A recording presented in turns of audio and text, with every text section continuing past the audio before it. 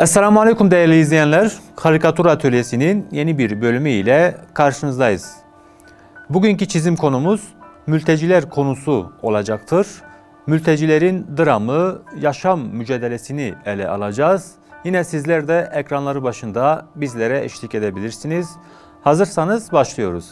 Mülteciler dedik. Mültecileri 3 karede ele almaya çalışacağız. Öncelikle sol karede normal bir yaşam, yani günlük bir yaşamı ele alacağız. Özellikle mülteci durumuna düşmeden önceki hallerini bir çocuk üzerinden anlatmaya çalışacağız. İkinci karede vatanlarına, kendi topraklarına düşen bombalar, başlayan savaşlar ve onların kaçışını ele alacağız. Yine son karede, sağ karede ise özellikle bir sonuç, yani mültecilerin son yaşam mücadelesini ele alacağız. Çünkü şöyle yapacağız. Bir çocuk elinde bir balon, yine şurada bir çocuk balonla birlikte kaçışı ve sağ tarafta ise bu balonların tel örgülere takılarak yani patlamış bir balon, bir şekilde yaşamın son bulması ya da hayallerinin son bulmasını ele alacağız. Bunları anlatmaya çalışacağız. Şöyle başlayalım. 3 kareye bölüyoruz. Tabii eşit olması gerekmiyor. Ortadaki kare biraz daha büyük bir dikdörtgen diyelim olması gerekiyor. Sağ ve soldaki ise yine eşit olması da bir sakınca yoktur. Tahmini bir şekilde şöyle karemizi çizelim. Ya şöyle olsun.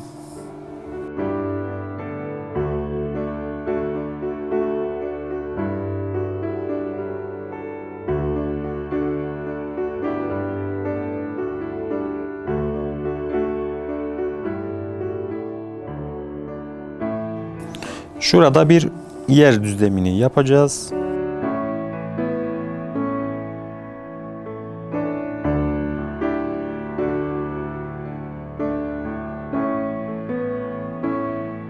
Şurada dedik bir çocuk elinde bir balon, arka tarafta ise yine onların yaşadığı bir şehir, bir köy, bir ev veya evler yapacağız.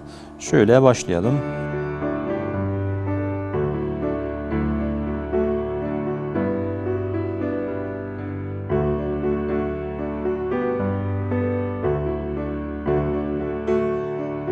Kurşun kalem ile başladım. Eskizimizi bu şekilde yapıyoruz.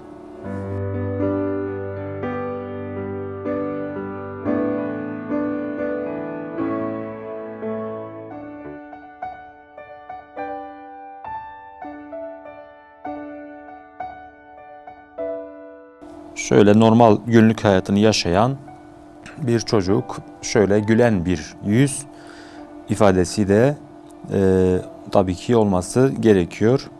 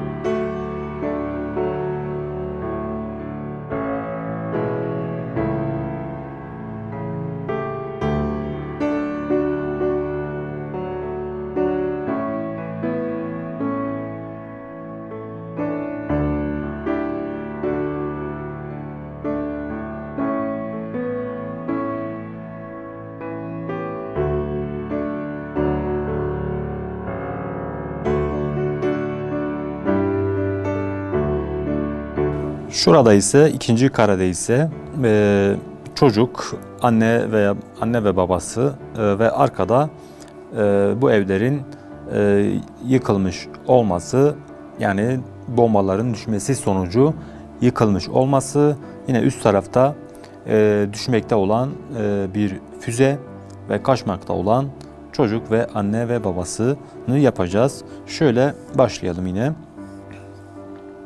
Aynı çocuk bu şekilde bu taraftan yani şu tarafa doğru kaçıyor ve korkulu gözlerle.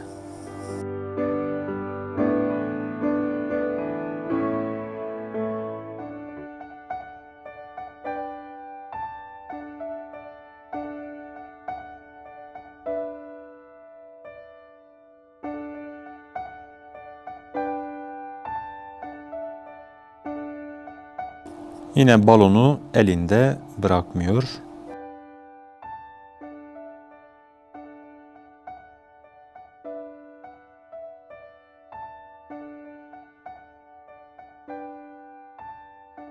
Şu arkada yine yıkılmış evler olsun.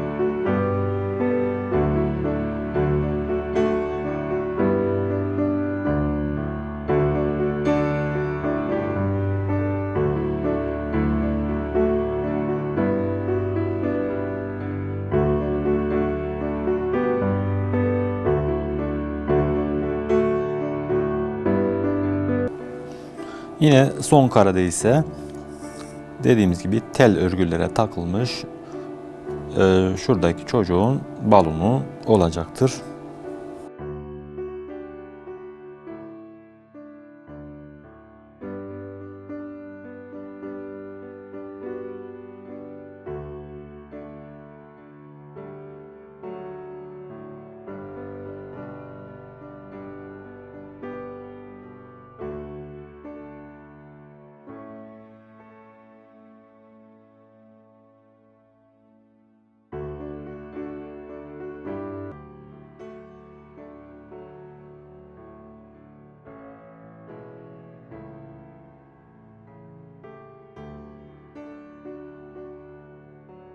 Bunu da yaptıktan sonra artık daha koyu bir kalemle netleştirebiliriz ve üzerinden mürekkep bir kalem ile geçebiliriz. Şöyle başlayalım.